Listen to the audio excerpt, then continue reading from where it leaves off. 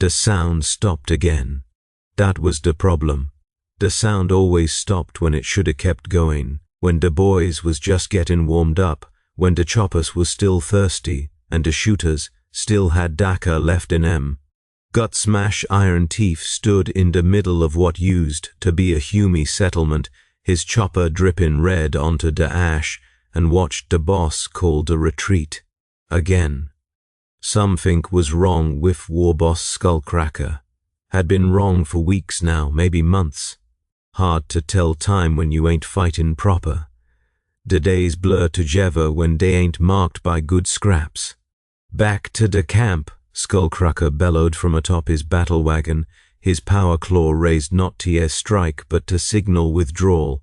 We got what we came for. Move it, you gits. What we came for.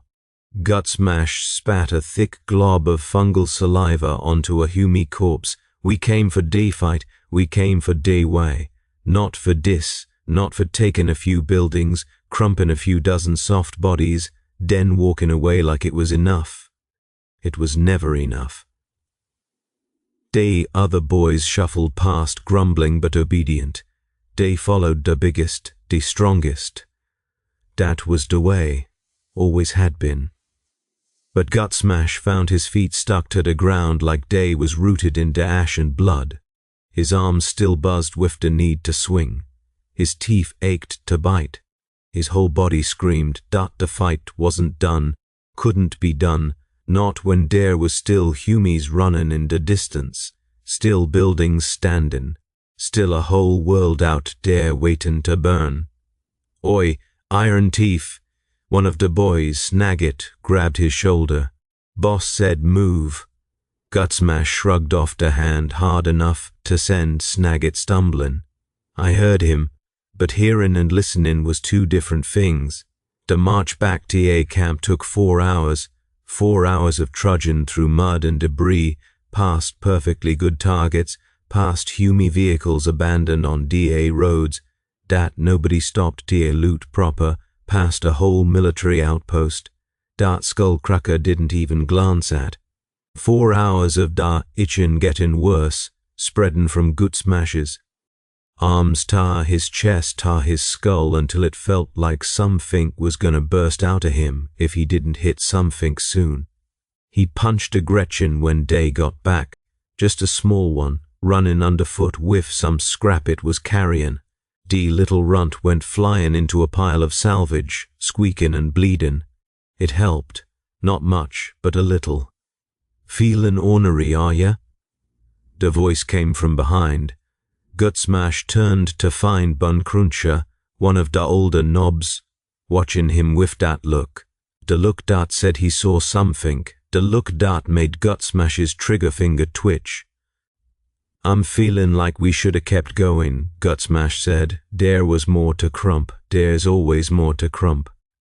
Bone Cruncher picked something out of his teeth with a jagged fingernail. That's the point in it. Universe is full of gits what need crumpin'. But the boss decides when and where. The boss is deciding wrong. The words hung in the air between them, dangerous words, challenge words. Bone Cruncher's eyes narrowed, and for a moment Gutsmash thought the older knob might take a swing at him, hoped he would. But instead Bone Cruncher just laughed, a deep rumbling sound like a engine turning over.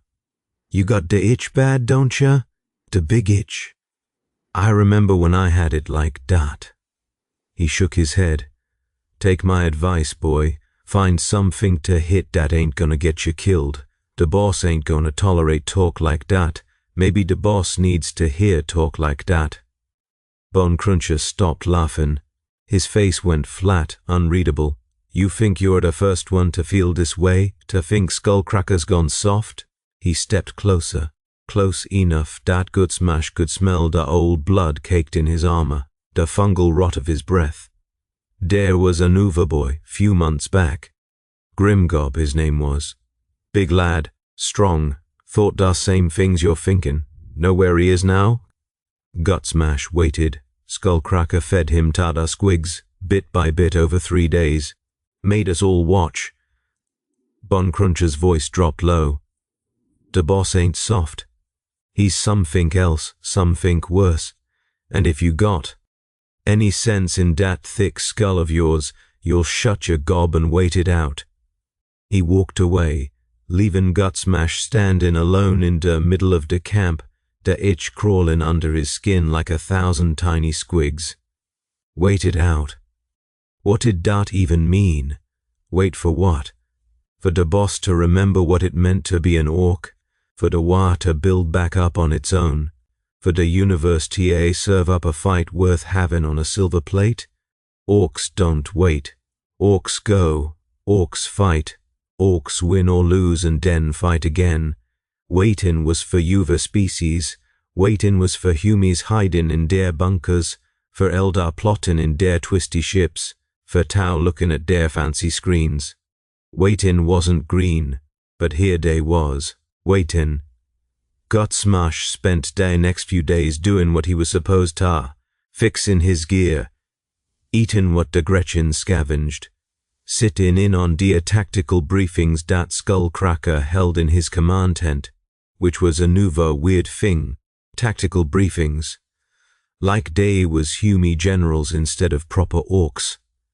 The boss would stand in front of his maps, pointing at positions, talking about supply lines and strategic objectives and consolidation of territory. None of it felt right. "We'll hit DA Eastern settlements next week," Skullcracker announced one night, his voice flat, almost bored. "Small force. Minimal casualties. We take what we need, we pull back. Minimal casualties." Gutsmash felt his jaw clench so hard his teeth ground together. Since when did orcs worry about casualties? Since when did the number of boys who fell matter more than the glory of the fight? Every orc knew the deal.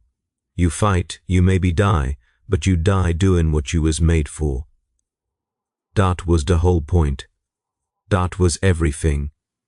After the briefing, he found himself wandering to the edge of camp, past the sentries, out into the wastes where the humies used to grow their crops before the warband rolled through. The fields was burned now, just black stalks sticking up from grey soil. Nothing moved, nothing fought. The silence pressed in on him like a physical. "Wait, you feel it too, don't ya?" Gutsmash spun, chopper raised. But it was just a Nuva boy, younger than him, smaller. Gutaz, his name was, one of the newer ones, only been with the warband for a year or so. "Feel what?" Gutsmash growled. "The wrongness." Gutaz came to stand beside him, staring out at the dead fields. "I joined up 'cause I heard Skullcracker was the real deal. That his war was gonna sweep across this whole sector. But we ain't sweeping nothing. We're picking at the edges, like Gretchen going through scraps. Watch your move. I ain't saying nothing other boys ain't already thinking." Gutaz's voice was tight, frustrated. "You seen the fights we been in. Quick hits in and out, never enough time to really get stuck in, never enough enemies to make it interesting. It's like the boss is afraid of something. Afraid." The word hit Gutsmash like a Runthard's prod. Orcs didn't feel fear, not really. They felt excitement that humies mistook for fear sometimes, that rush before a good scrap. But actual fear, the kind that made you hold back, made you retreat, made you careful, that wasn't green either. "Maybe he is," Gutsmash said slowly. "Maybe that's the problem. What do we do about it?"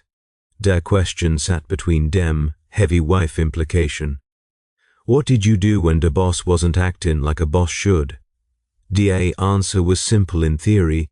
You challenge him, you fight him, you prove you're bigger, stronger, more orky, and then you take his place. But Skullcracker was big, really big. Even Gutsmash, who was no runt himself, only came up to the war boss's chest, and a power claw, that massive churning thing of metal and hate, had crushed more skulls than anyone could count. "We watch," Gutsmash said finally. "We wait." The words tasted wrong coming out of his mouth, and we find out what he's really afraid of. Over the next 2 weeks, Gutsmash started paying attention, not to the battles which remained small and unsatisfying, but Skullcracker himself, the boss's habits, his movements, his private conversations with da mech boys and weird boys. There was something going on in DA command tent late at night. Lights flickering in patterns that looked almost like the Humies' signal codes, voices too quiet to hear proper, and once, just once, Gutsmash caught a glimpse of something that made his blood run cold in a way he'd never felt before. Skullcracker, alone in his tent, staring at a small device in his palm. Not Orc-made. The lines was too clean, the metal too shiny. Humie tech. Or maybe something even stranger. And the look on the boss's face as he stared at it, that look wasn't hunger or anger or amusement. It was concentration, deep, focused, like he was listening to something only he could hear. The next day, Skullcracker cancelled a planned raid on a Humie fortress. No explanation given. Just a flat "we're not going" and a glare that dared anyone to question him. Gutsmash felt that itch spread deeper. He wasn't the only one getting restless now. The whole warband was starting to grumble. Boys was picking fights with each other more than usual, not the friendly kind, but the angry kind. The ones that ended with broken bones and real grudges. Gretchen was disappearing, probably eaten by frustrated knobs who needed to hurt something. Even DA vehicles was suffering. Mech boys taking out their frustration by tearing apart working machines just to have something to do.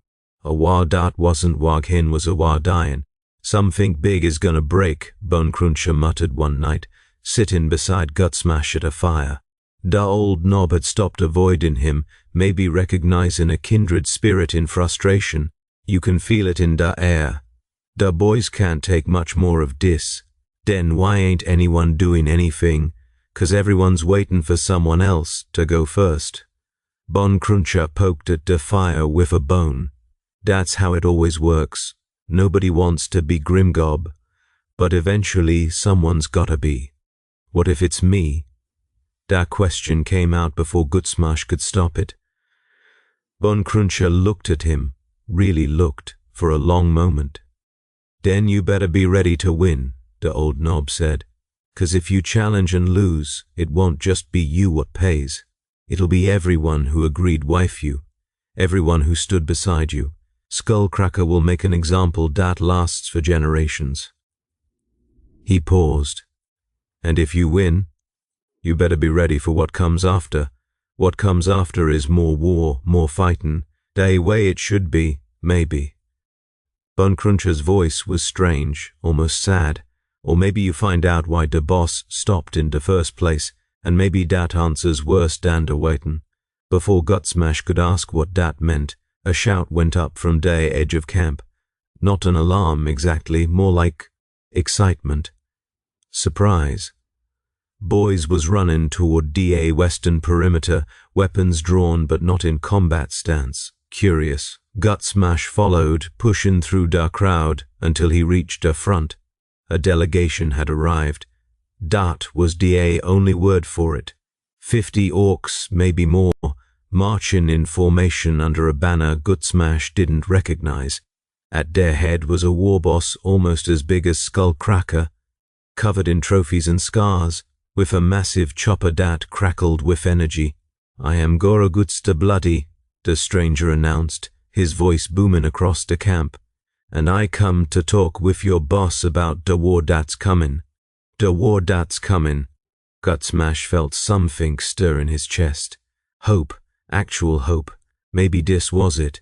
Maybe this stranger was going to bring the fight they'd been waiting for. Skullcracker emerged from his command tent, moving slow, deliberate. His eyes swept over DA newcomers with an expression Gutsmash couldn't read. "Gorguts," he said, "I've heard of you. And I've heard of you." Gorguts's tone was carefully neutral. "They say you was one of the biggest war makers in the sector. Was." The emphasis on that last word wasn't subtle. Gutsmash saw several boys nearby tents, hands going TA weapons. But Skullcracker just nodded, like DA insult was expected. Times change, come into my tent, we'll talk. DA2 war bosses disappeared inside, leaving their respective forces to stare at each other across the firelight. The tension was thick enough to chop with an axe. What's going on? Gutaz appeared at Gutsmash's elbow, vibrating with nervous energy. Who is that? Trouble, Gutsmash said. Or opportunity? We'll find out.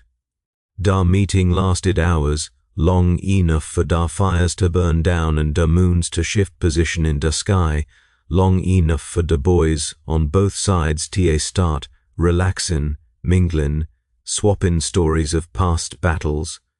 Gutsmash listened to dar newcomers talk about their recent campaigns, real campaigns, burning across multiple worlds, crushing human defenses, building towards something massive. Gorguts wants to unite their warbands in this sector, one of the visitor knobs explained, every boss under one banner. The biggest war this part of the galaxy's ever seen. And Skullcracker? Gutsmash asked carefully. The knob shrugged. We need every fighter we can get, even the ones who've gone quiet. Gone quiet. Was that how they saw it? Was that how the whole sector saw Skullcracker's warband? Not as cautious or strategic, but as quiet, as weak. The shame of it burned worse than the itch. When dawn came, Skullcracker and Gorguts finally emerged. They stood side by side, fastened their combined forces, and Gutsmash searched our faces of both for any clue of what had been decided. We marched together, Skullcracker announced. One war, one target. Da Humi Fortress world of Cultron 7. Da Rodat went up from da assembled Orks shook the ground. Finally, a real target, a real war, a chance to do what they was made for. But Gutsmash noticed something the others didn't. The way Skullcracker's jaw was set, the way his eyes kept flicking to Gorguts with an expression that wasn't alliance or rivalry, but something else, something almost like resignation. And the way Gorguts smiled, wide and toothy, like he'd already won something that the rest of them couldn't see. The combined warband moved out the next day. Thousands of Orks, more than Gutsmash had ever seen. In one place, roaring across the landscape toward the distant fortress world, the sound of it, the beautiful crashing noise of vehicles and boots and weapons, filled the hole in Gutsmash's chest that had been groaning for months. This was right. This was how it should be. The first battles was glorious. Humy outposts fell like stacked skulls, one after another. DA defenders fought hard, which made it better, made the victory taste sweeter. Gutsmash found himself in the thick of every scrap, his chopper singing, his body moving with the pure joy of violence that every Ork was born for. But even in the middle of the bloodshed, he couldn't shake the feeling that something was wrong. Skullcracker wasn't fighting.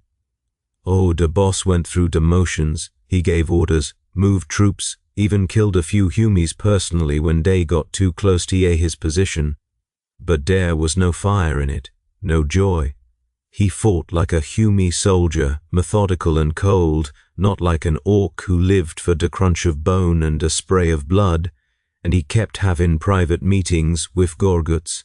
Long ones, secret ones. You're staring at the boss again. Bon Cruncher fell into step beside Gutsmash as they marched between engagements. Still thinking about challenging him? I'm thinking about a lot of things. Think quieter. People are starting to notice. It was true. More than once, Gutsmash had caught Skullcracker's eyes on him, watching, assessing.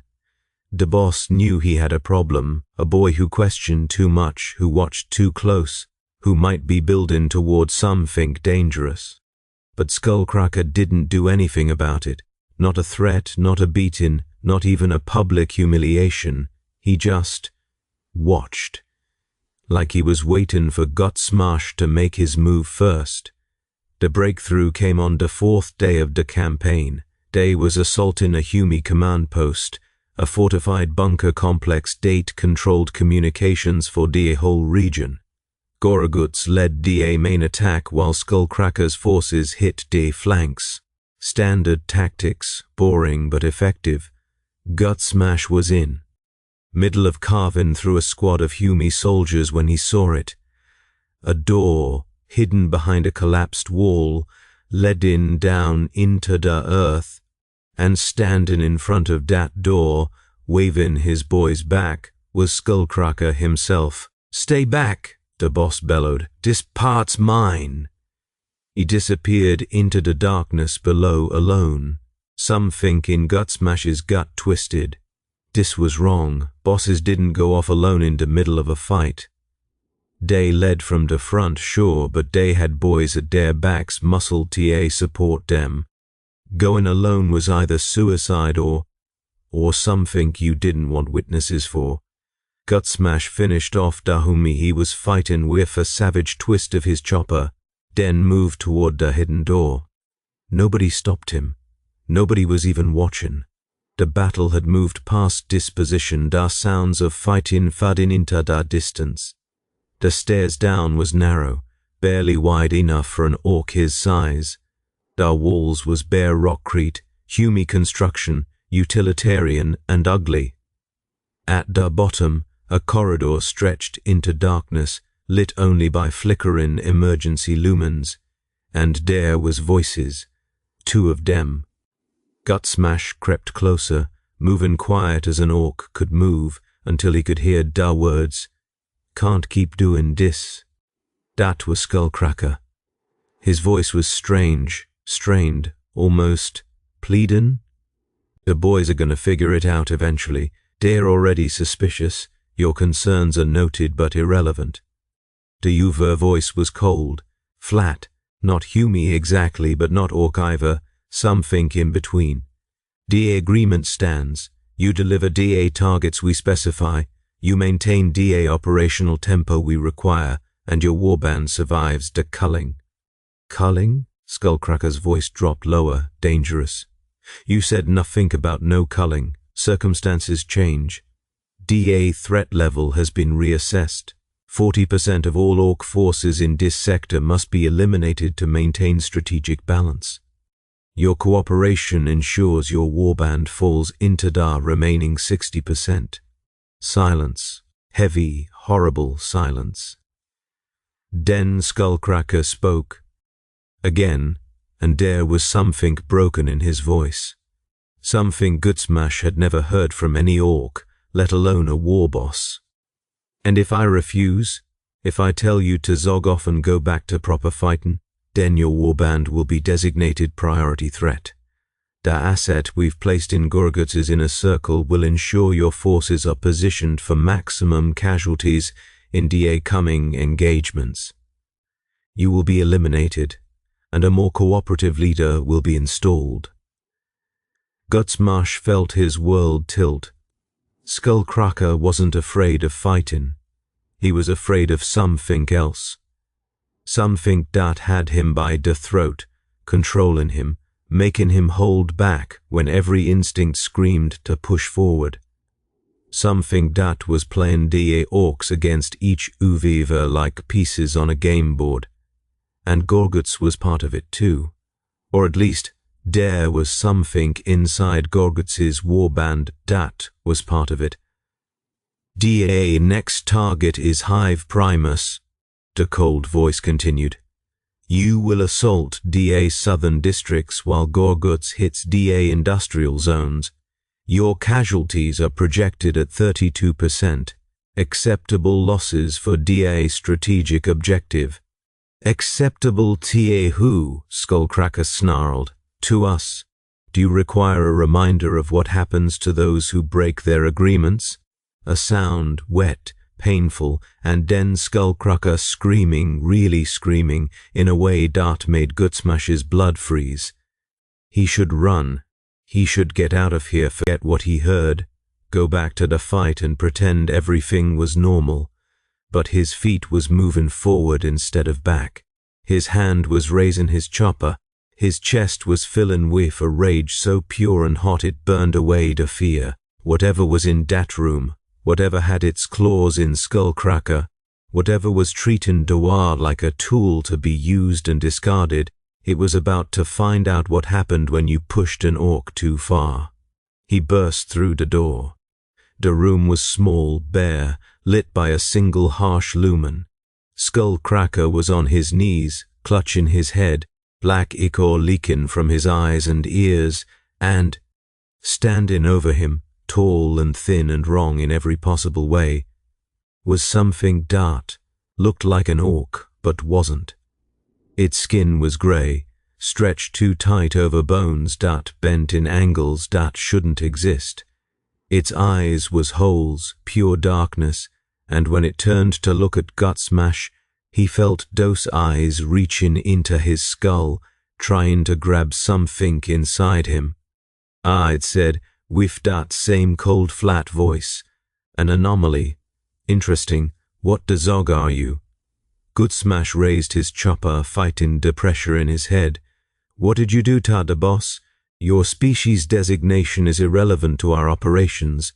Your individual existence is irrelevant, but your unexpected presence creates a deviation from projected outcomes that must be addressed." It raised one long jointed hand. Something crackled in the air between them. "Gutsmash, run!" Skullcracker's voice, broken but still commanding. The boss lunged from his knees, grabbing the creature's arm, pulling it off balance.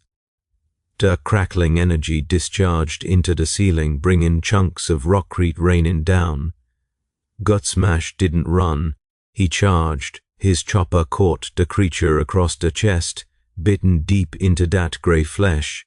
The thing screamed, but not like anything alive screamed. It was more like metal scrapping on metal, like a machine dying. Impossible, it hissed. Your neural patterns should be too simple to resist the compulsion. How are you still functioning? "I'm an orc," Gutsmash bellowed, bringing the chopper down again and again. "I don't need to think to kill." The creature staggered back, black fluid spraying from its wounds. It was fast, faster than anything its size should be. But Gutsmash was faster. He was filled with months of frustrated rage, months of waiting and watching and itching for a fight that never came. And now he had one. The best one. His next swing took off the creature's arm at the elbow. The one after that opened its belly, spilling out tangles of wire and tissue that looked half organic, half mechanical. It fell to its knees, mirror of how. Skullcracker had fallen, and Gutsmash raised his chopper for the finishing blow. "Wait," it said, and for the first time there was something like emotion in its voice. Fear, maybe, or calculation pretending to be fear. "You don't understand what you're doing. We are the only thing preventing complete systemic collapse in this sector. Without our management, your species will consume itself within a generation. The cullings are necessary. The agreements are necessary. Your comprehension is limited, but surely even you can see that controlled conflict is preferable to total annihilation." Gutsmash paused. Not because he was convinced, but because he wanted to see the look in those empty eyes when he answered. "You think Orks is afraid of annihilation?" He brought the chopper down. The creature's head split like a fungus under a boot. The body twitched, sparked, then went still. The room was quiet except for the drip of black fluid and Gutsmash's heavy breathing. Behind him, Skullcracker struggled to his feet. The boss looked rough, worse than rough. The black stuff was still leaking from his face, and his movements was jerky, wrong. "You shouldn't have done that," Skullcracker rasped. "You gonna try to stop me?" The boss laughed, but it was a hollow sound. "Stop you? Boy, I've been waiting for someone to do that for 2 years, ever since they found me. Got inside my head, made me see things that made me careful, made me afraid." He spat a glob of black ichor on the floor. "I hate being afraid. What was it? What a day? I don't know. Not really. They got names for themselves, but the names don't matter. What matters is there's more of them, hidden in warbands all across DA sector. Pulling strings. Keeping us fighting, but not too much. Keeping us contained. Contained. The word hit gut smash like a physical blow. Orks wasn't meant to be contained. They was meant to spread, to fight, to grow until there was nothing left but green. That was the whole point of existence. And something out there was preventing that. Dear, in Gorguts's camp? He asked. At least one. Maybe more. I don't know which ones. Never could figure it out. And if you killed the wrong orc or even look like you're gonna, they know. They always know. So we kill all of them. Skullcracker stared at him. All of them? Boy, there's thousands of orcs in that camp.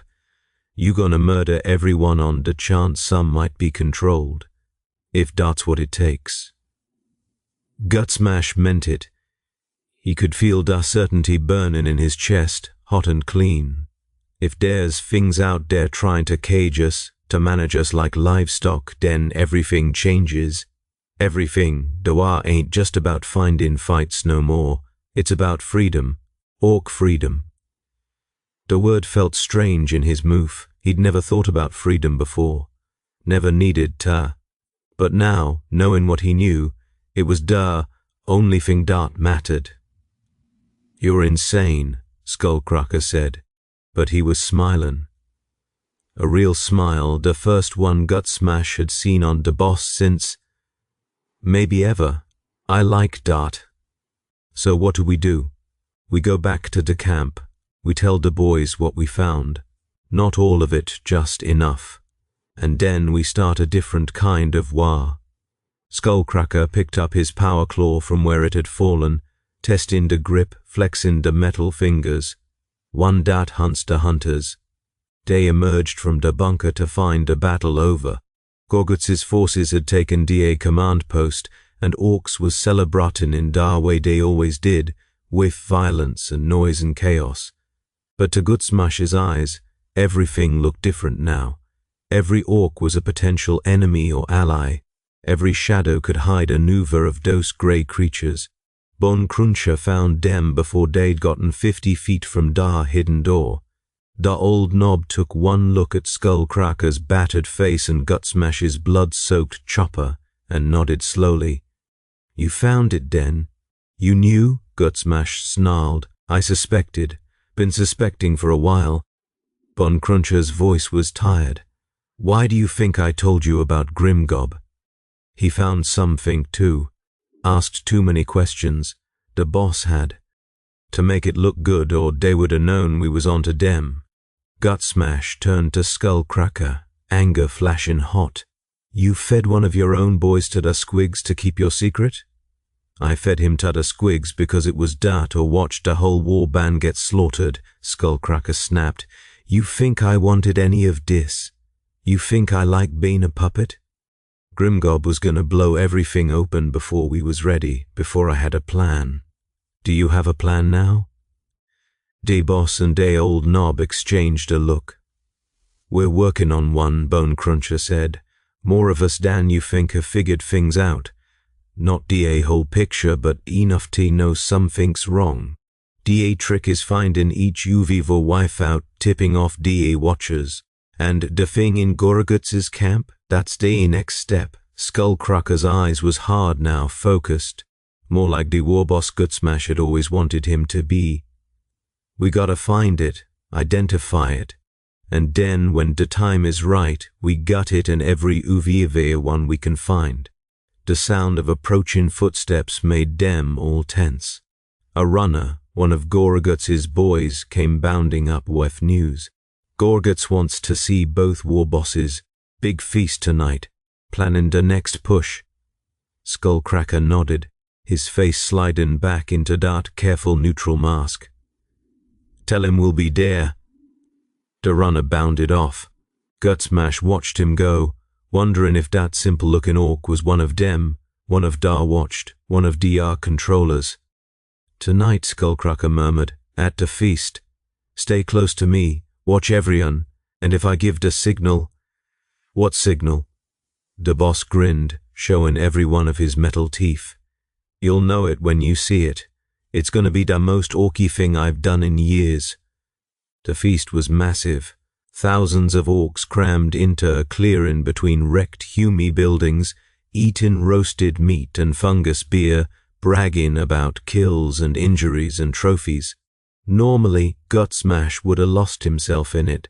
The noise, the violence, the competition. It was what orcs lived for.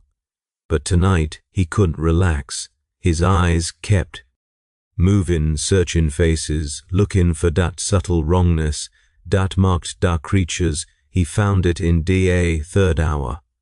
An orc near Goraguts, one of the big knobs in the inner circle, tall, scarred, impressive by any measure. But when he laughed, it was half a heartbeat too late. When he ate, his throat moved wrong, like the food was going somewhere besides his stomach, and his eyes, when they caught the firelight, reflected just a fraction of a second longer than they shoulda.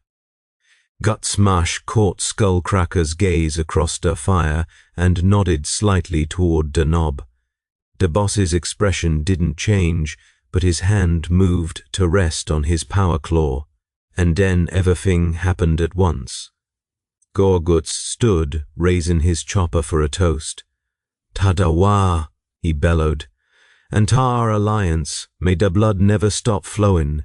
May the blood never stop flowing. The crowd roared back. Skullcracker stood too. And to the real enemy, he said, his voice cutting through the noise like a blade. The ones hiding among us, the ones pretending to be orcs. The crowd went quiet, confused, angry. Goraguts's eyes narrowed. What are you talking about, Skullcracker? I'm talking about him. The boss pointed his power claw directly at the wrong laughing knob. That thing ain't one of us, never was, and I'm gonna prove it. He moved fast, faster than Gutsmash had ever seen him move. The power claw crunched into the knob's chest, lifting him off the ground. Blood sprayed, real orc blood, red and hot. But beneath the red, there was black, and beneath the skin, there was metal. The creature screamed that same mechanical scream, trying to shift, to change, to become something else. But the power claw was already closing, crushing, tearing through flesh and machinery alike until there was nothing left but sparking wreckage. Silence. Total, absolute silence. Then Goraguts laughed. A real laugh, full of joy and surprise and something that might have been relief. I knew it, the Uva warboss roared. I knew something was wrong with him. Been watching that git for months, couldn't figure out what was off. He turned to Skullcracker, his eyes shining. How did you know? What is it? What's going on? And just like that, the secret was out. The rest of the night was chaos, but the good kind. Orcs shouting questions, demanding explanations, comparing notes about Uva boys who'd seemed wrong. Skullcracker told them everything, or at least everything he knew. The creatures, the control, the containment. The reaction was exactly what you'd expect from orcs. Rage, pure, beautiful, uncontrollable rage. By dawn, DA Combined Warband had a new objective. Not just Cultran 7, not just the Yumis. The new target was bigger than any of that. Freedom. Gutsmash stood at the edge of the camp, watching the sun rise over a galaxy full of enemies, and felt the itch finally quiet. Not 'cause it was satisfied, but 'cause it had a purpose now. A direction. Somewhere out there was more of those creatures, more cages, more chains, and Gutsmash was gonna find them all and break them into pieces. You ready for this? Skullcracker came to stand beside him. The boss looked different now. Younger, almost, like the thing pressing him down had finally lifted. Ready?